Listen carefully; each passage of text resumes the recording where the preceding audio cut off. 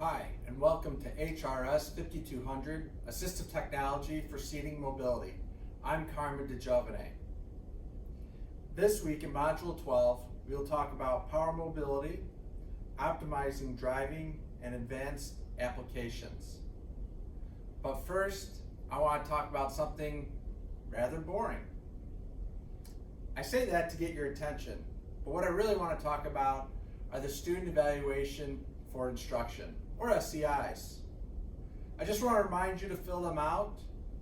They're available after April 12th, and I just want you to fill them out because they're very important to me.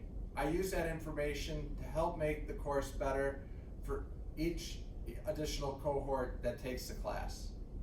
So take the time and fill it out. So back to the course. Last week in Module 11, we learned about alternative access methods. We learned about proximity sensors, pneumatic switches, sometimes we call them sip and puff switches, and fiber optic switches. The options that we have available to us are endless.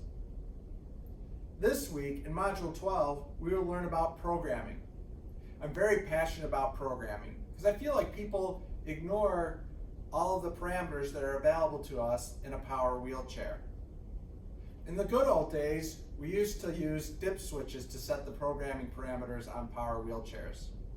You'll have to check out what dip switches are. That's DIP.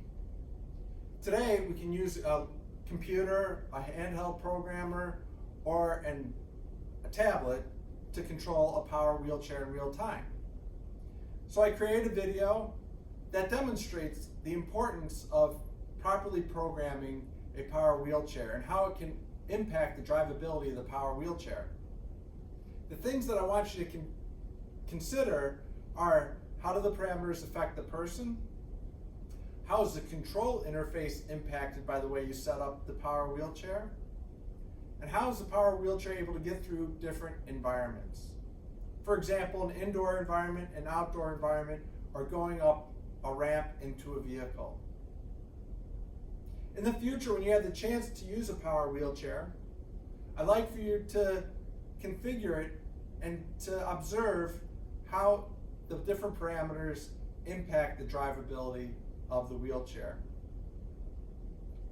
Don't ever go through an implementation process with an individual without checking the parameters first and making sure that they are set up appropriately and that they optimize a person's ability to drive the power wheelchair. Finally, I also included a video with the Lucy power wheelchair, or I should say a power wheelchair that uses the Lucy system. The Lucy system includes a number of sensors that makes a power wheelchair partially act like an autonomous vehicle. It's not fully an autonomous vehicle, but it's partially. It assists a person as they're using a power wheelchair. After you had a chance to watch the video, I want you to think how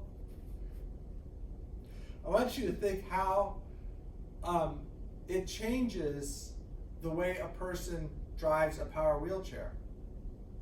And I want you to answer the question: is it really a good thing to create an autonomous power wheelchair? I'm not going to answer that for you. I just want you to think about it. Well, the lights went off, so I think it's time to go home. And I'm checking my notes. I don't have anything else to say, so I'll leave it at that. So as always, have a great week. Please fill out the SEIs. If 80% of you fill out the SEIs, I'll give each of you 5 extra points. All right, have a great week.